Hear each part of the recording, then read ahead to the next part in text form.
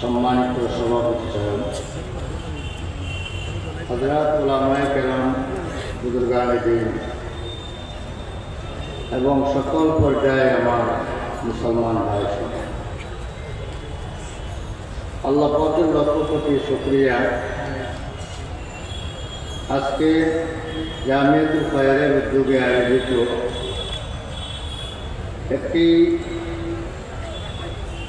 নতুন একটি উদ্যোগ শুনে খুশি হলাম। এই উদ্যোগটা আসলে শুধু সিলেট না, এই উদ্যোগটা ঢাকাতে হওয়ার কথা ছিল, প্রয়োজন ছিল।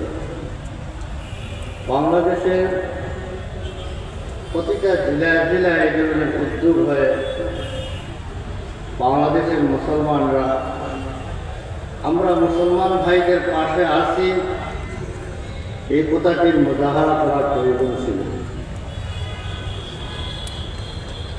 আমরা এখান থেকে যা কিছু দেখতেছি মোবাইলের মাধ্যমে, বিভিন্ন সংবাদ মাধ্যমের মাধ্যমে, ফিলিস্তিনি মুসলমানদের উপরে যে বর্বরোচিত হামলা হচ্ছে, শিশুরা খাবার পাচ্ছে না,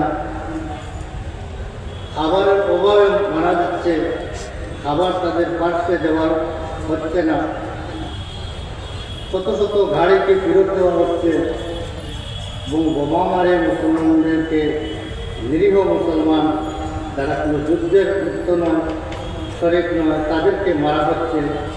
এই ধরনের বর্বরোচিত হামলাকে নিন্দা জানিয়ে এবং ফিলিস্তিনিদের পাশে আমরা আছি, আমরা সরকারের কাছে অনুমোদন চাওয়ার জন্য বাংলাদেশের লক্ষ লক্ষ মুসলমান, বরং কোটি কোটি মুসলমান একত্রিত হয়ে সরকারকে বাধ্য করার প্রয়োজন ছিল যে তুমি ফিলিস্তিন ইস্যুতে ফিলিস্তিনের পাশে বাংলাদেশ আছে এবং যে কোনো মুহূর্তে বাংলাদেশ ফিলিস্তিনের পক্ষে তাকিয়া ইসরায়েলিদের উপরে হামলা করতে যে কোনো সময় বাংলাদেশ প্রস্তুত আছে। এই ধরনের তুমি ঘোষণা দেও। এই ধরনের আমাদের সরকারকে বাধ্য করার প্রয়োজন ছিল। আমরা সাধারণ পাবলিক, আমরা এই দেশের মধ্যে লক্ষ লক্ষ মুসলমান আছে ফিলিস্তিনিদের পাশে দাঁড়ানোর জন্য, তাদের জজবা কাজ করতেছে না। কিন্তু এই বাংলাদেশ সরকার যদি অনুমোদন দেয় না, সরকার যদি এখানের মধ্যে ফিলিস্তিনিদের পাশে যাওয়ার জন্য সুযোগ দেয় না, কিছুতেই যাওয়া সম্ভব হবে না।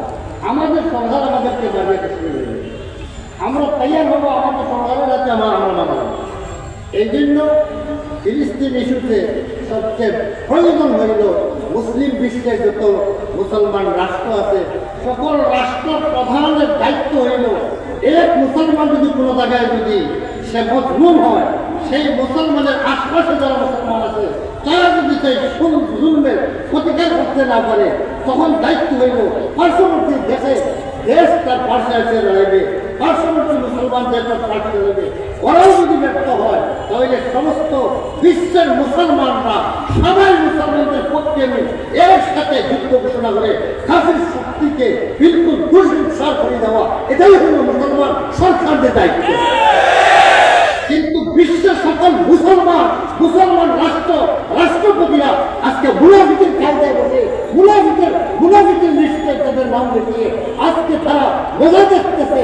মুখে কিংবা একটা নিন্দা প্রস্তাব পেশ করার মতো তাদের সাহস নাই। তারা নিজের জীবনকেই পরবর্তী মনে করতেছে মুসলমানদের জন্য, মুসলমানদের জন্য নয়, অথচ মুসলমানদের জন্য আছে। ইস্তাকা বারদুহু ইস্তাকা কুল্লুহু, ইস্তাকা বারদুহু ইস্তাকা কুল্লুহু।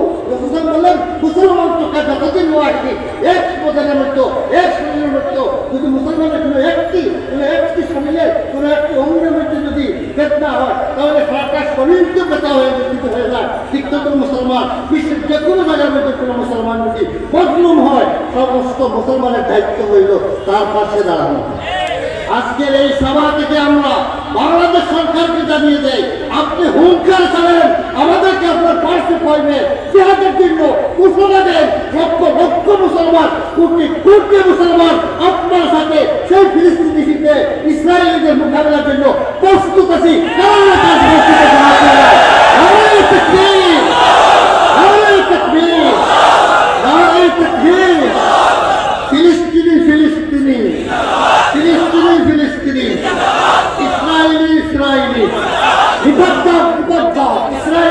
যায়নি।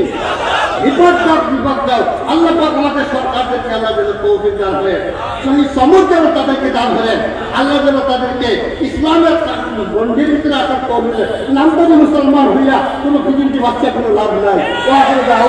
আলহামদুলিল্লাহ।